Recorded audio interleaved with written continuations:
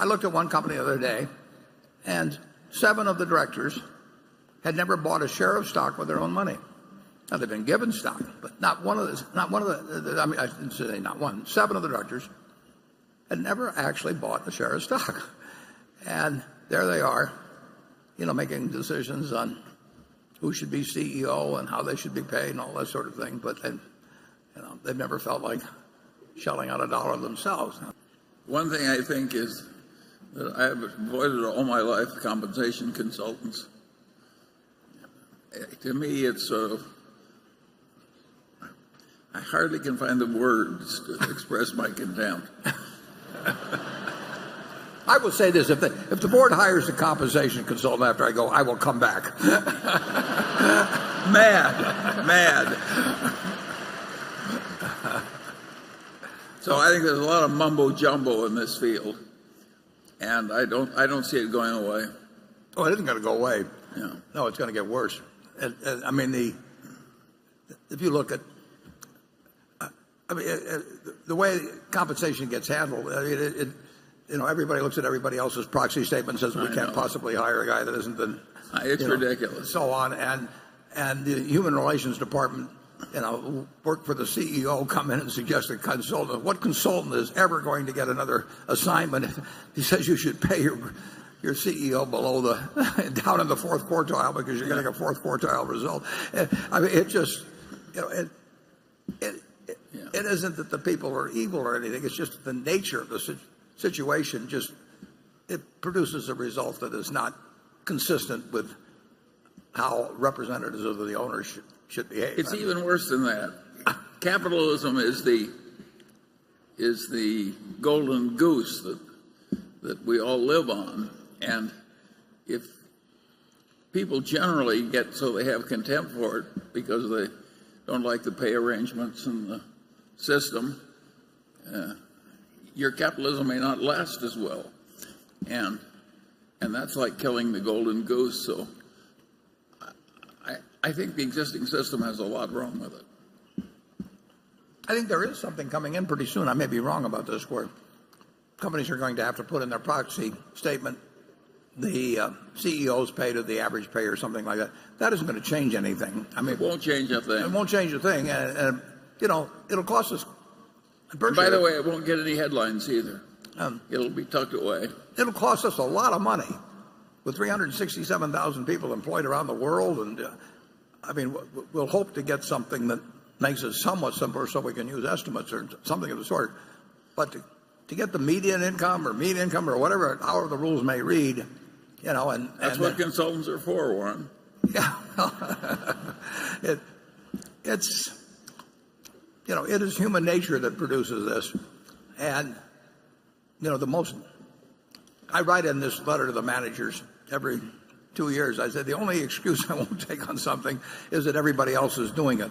But of course, everybody else is doing it is exactly the rationale for why people did not want to count the cost of stock options as a cost. I mean, it was ridiculous. All these CEOs went to Washington. They got the Senate, I think, to vote 88-9 to say that stock options aren't a cost. And then a few years later, that it became so obvious that they finally put it in, so it was a cost. It reminded me of Galileo or something. I mean, all these guys. Worse. It was way worse. The Pope behaved better to Galileo than he was. Well, anyway, I would hope, like I say, somebody, whoever, and it doesn't even have to be, I'm not talking about the current successor or anybody else. I mean, these successors down the line are probably going to have gotten very, very wealthy by the time they're running Berkshire, and the incremental value of wealth gets very close to zero at some point, and there is a chance to use it as a different sort of model. But I don't have any problem if a system is devised that recognizes retained earnings. I've never heard anybody talk about it. At the 20 boards I've been on, or if you and I were partners in a business, and we kept retaining earnings in the business, and I kept having the value to buy a portion of you out at a constant price, you'd say this is idiocy. But of course, that's the way all the option systems are designed, and it's better to be for the CEO and for the consultants, and of course, usually if there's some correlation between what CEOs are paid and what boards are paid. If CEOs were getting paid at the rate that they got paid 50 years ago, adapted to present dollars, director pay would be lower. So it's got all these built-in things that, to some extent, sort of kindle the. No Berkshire director is in it for the money. Well, they are. They own a lot of stock, and they bought it in the market just like this. Yeah. No, Shareholders did. It's a very old-fashioned system. I looked at one company the other day, and 7 of the directors had never bought a share of stock with their own money. Now they've been given stock, but not one of the. I mean, I didn't say not one. 7 of the directors had never actually bought a share of stock, and there they are, making decisions on who should be CEO and how they should be paid and all that sort of thing. But they've never felt like shelling out a dollar themselves. Now they've been given a lot of stock. It's we're dealing with human nature here, folks, and that what you want is to have a system that works well in spite of how human nature is going to drive it. And we've done awfully well in this country in that respect. I mean, American businesses overall has done very, very well for the Americans generally. But not every aspect of it is exactly what you want to teach your kids. Good afternoon. My name is Sally Burns. I'm from Australia, but I currently reside in Austin, Texas. My question, Mr. Buffett, I have heard that Mr. Munger says your greatest talent is that you're a learning machine, that you never stop updating your views. What are the most interesting things you've learned over the last few years? Well, it is fun to learn. I would say Charlie is much more of a learning machine than I am. I'm a specialized one, and he does as well as I do in my specialty, and then he's got a much more general absorption rate than I have about what's going on in the world. But it's a world that gets more fascinating all the time, and a lot of fun can occur when you learn you were wrong on something. That's when you really learn that the old ideas really weren't so correct, and you have to adapt a new ones, and that of course is difficult. I don't know that I would pick out. Well, I think actually what's going on, in America is terribly, terribly interesting, and politically all kinds of things. But just the way the world's unfolding, it's moving fast. I do enjoy trying, to figure out not only what's going to happen, but what's even happening now. But I don't think I've got any special insights that would be useful to you. But maybe Charlie does. Well,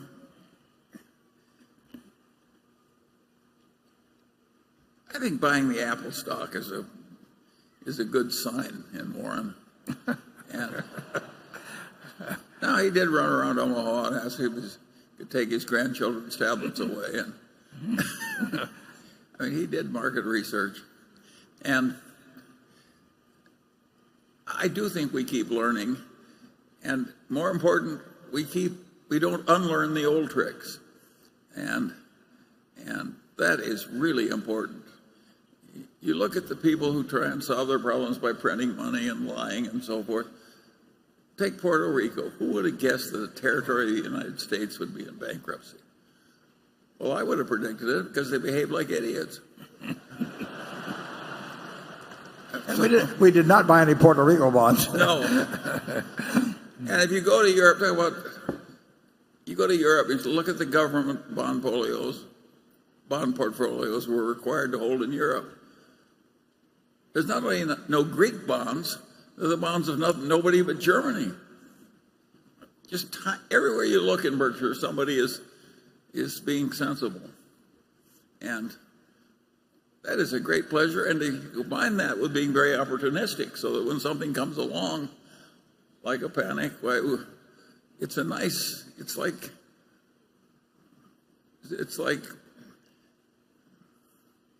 It's like playing with two hands instead of one in a game that requires two hands. It helps to have a fair-sized repertoire. And, Warren, we've learned so damn much. There are all kinds of things we've done in the last 10 years we would not have done 20 years ago.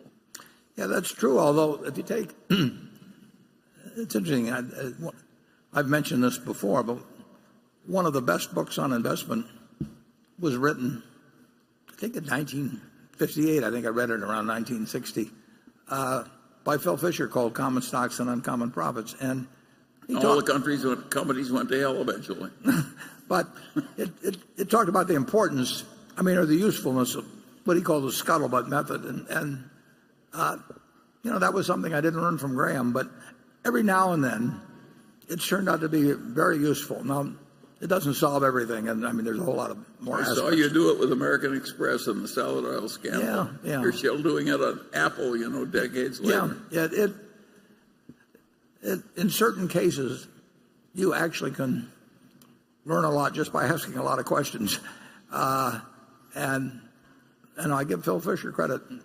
That book goes back a lot of years, but as Charlie said, some of the companies he picked as winners forever did sort of peter out on him. But the basic idea, you can learn a lot of things just by asking in some cases.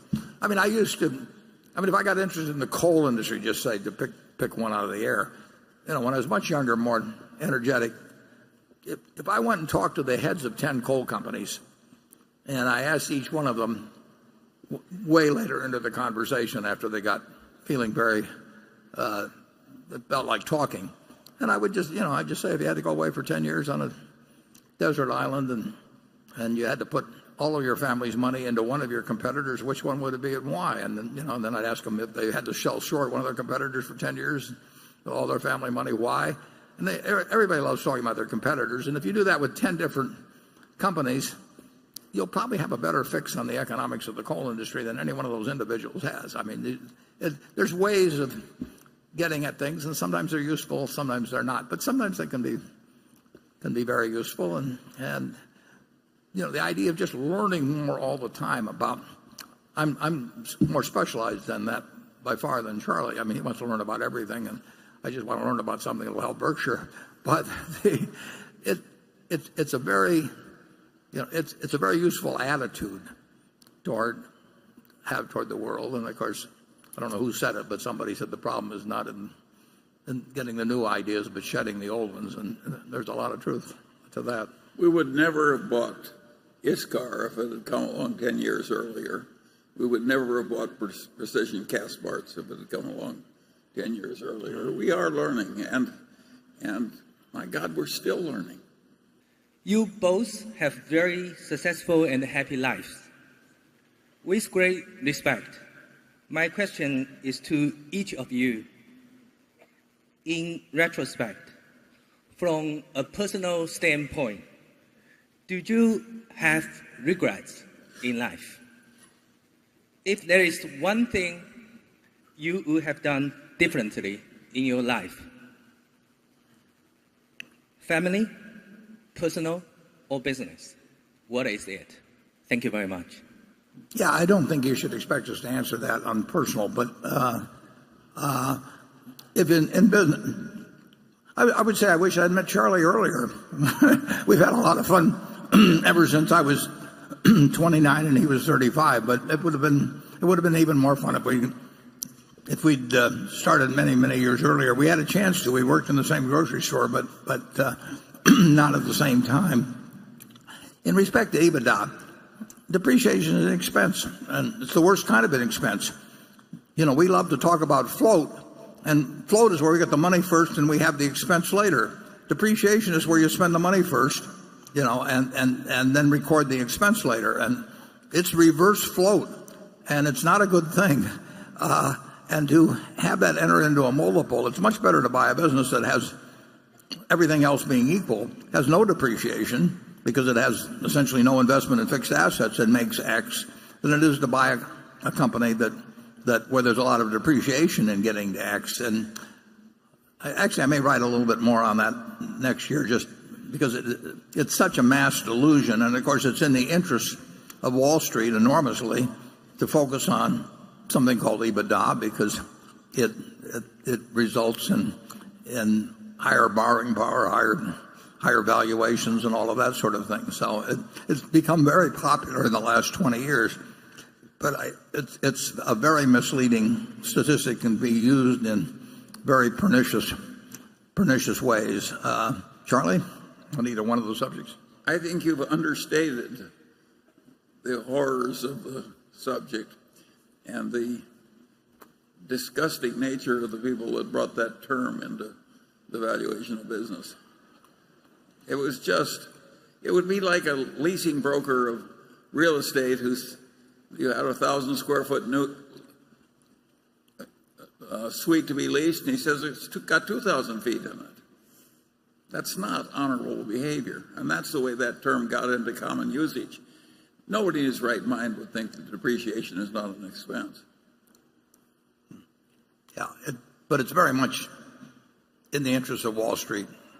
Yes, that's why they did it. Yeah. It made the multiple seem lower. And what's amazing is the way it's accepted, actually. But anyway, it just illustrates how people use language, and sell concepts that work to their own use, and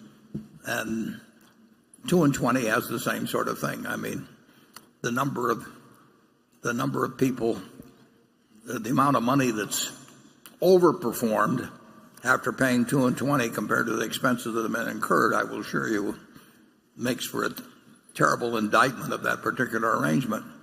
But as long as it can get sold, it will get sold. And now they use it in the business schools. Now that is horror squared. I mean, it's bad enough that a bunch of thieves start using a term, but when it gets so common that the business schools copy it, that's not a good result.